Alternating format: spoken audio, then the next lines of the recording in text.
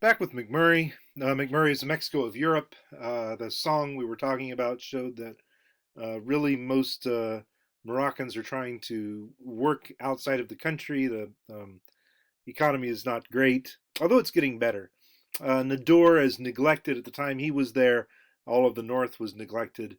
Berbers are non-Arab speakers who make up the majority of Morocco, although many of them are bilingual.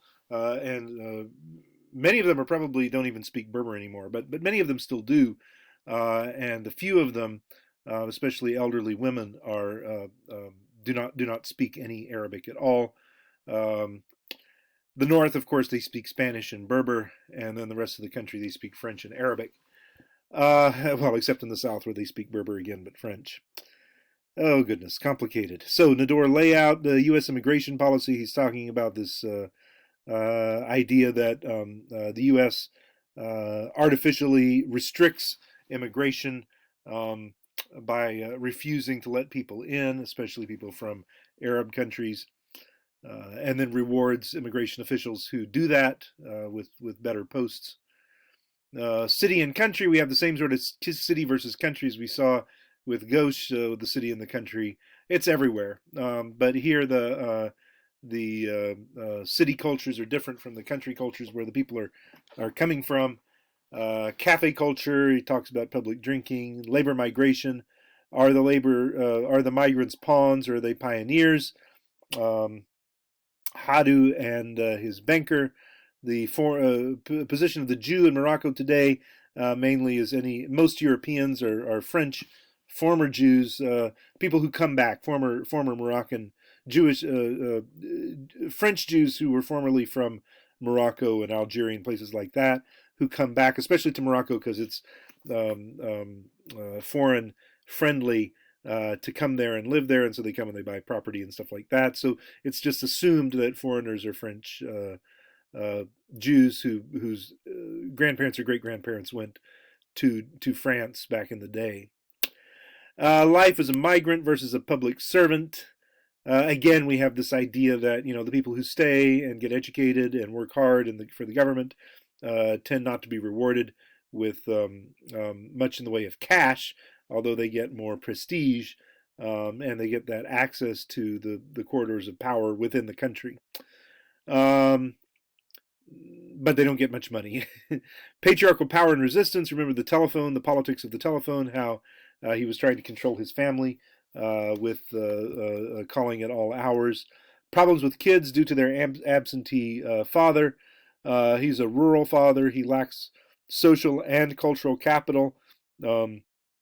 Remember, there's economic capital that is money, but then there's social capital, which is the networks, friends, people you can ask for favors from, and then there's cultural capital, the knowledge of how to consume in an appropriate way, the knowledge of how to host people, how to talk, make small talk, how to design or furnish or decorate, what kinds of books to read, what kinds of music to listen to. This is all cultural capital, and this is important, even though Hadu had loads of financial capital. He had plenty of money. He didn't have the social capital or the cultural capital to use that financial capital in ways that would benefit his family. So as a result, his kids who could see this felt like it was worthless for them to continue pursuing education because they were never going to get the better placements into the university. They were never going to get good jobs out of it because they didn't have a dad who was fighting for them every day in the cafes, going to all the parties, pressing the flesh, making connections, and working that stuff out because he couldn't because he's in Germany 11 months of the year. Um, let's see, social competition, cars and prestige. We didn't really talk much about that. The life of an immigrant laborer in Germany. Remember how he spends an isolated time there. The isolation of Thraithmas, his wife, back in Nador, doesn't really go out of the house very much. Religion among migrants. He's not too keen on getting all religious. He just wants to do his job, make his money, and go home. Ambivalence toward Germans. Germans, are totally trustworthy in terms of, their ethics. If they owe you money, they'll pay it. They're not going to try to weasel out of it. But they're totally racist and have no morals. So there's that imbalance in their attitude toward the Germans. But ultimately, dependency of all Moroccans on Europe. Europe is always there, controlling everything in Morocco. It's its closest neighbor, Spain and Portugal and France, and they run the place. Homeland and nostalgia. It's nostalgia for an idealized pre-capitalist past, this Edenic past, an imaginary future. The idea that Nador is a corrupt city, but back in the mountains where they came from, it was pure countryside. You may be familiar with this if your family came from Kentucky or West Virginia and moved to the big city, and all the evils of Cincinnati and all the good back in Kentucky, where everyone is pure and right. So you may have some familiar with this romantic nationalism, but it's added here where there's an anti-colonial aspect to it, where there's a belief that before the French came or the Spanish came and ruined everything, that things were perfect, which they weren't, of course. But it lends itself to Moroccan traditionalism and these Rifi Berber identities. Separation and radicalization, when they separate from their Muslim co-religionists and go, some of them get radicalized in France, living away from the mainstream of Muslim practice. So you see a lot of Islamism coming out of this. People who aren't like Hadu and avoiding religion and politics can go and find it. Narratives of success versus failure. Goodness, we had a lot here. Pawns versus pioneers.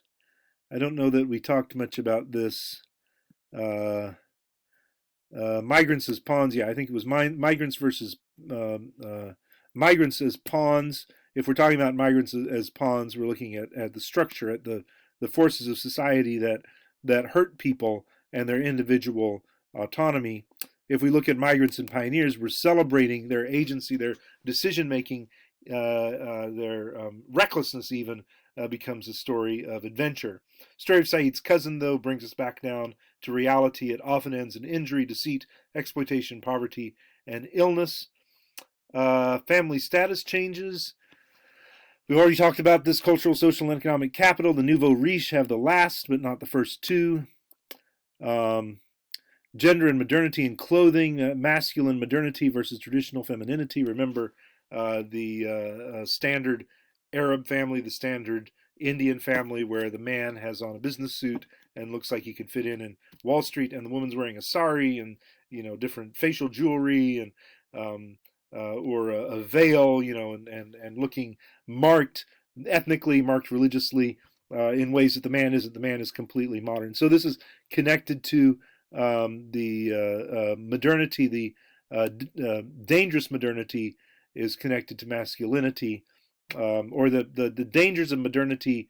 The dangers of modernity are connected to femininity because women have to be traditional and hold down sort of family values, whereas the necessity of modernity, that is, trying to get your hands on those guns and tanks and bombs from the previous book, is something that men can go out and they can do, and they can conquer the West, and they can get their MBA, and they can go on Wall Street and mix it up with the investors and win, and bring back modernity to Morocco. Modern technology and restriction on women's agency. We have the fact that getting ovens and getting hot water heaters resulted in women's restrictions on women. Women couldn't go out again like they could before. To have an interest in traditional music is the most modern thing to do in the world. Traditions are already dead. Pan-Berber identities are opposed to Arab nationalism.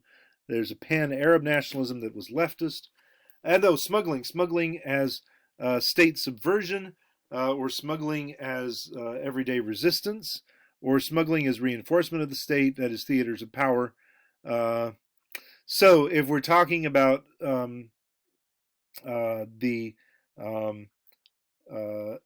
bureaucratic state versus the ceremonial state, on the one hand, this is important. On the one hand, some aspects of the state are interested in uh, bureaucracy, just in taxation. And so in that case, if you can get by without paying your taxes, you have resisted the state, and the state, is going to try to track you down. But if they don't get you, then that's their failure.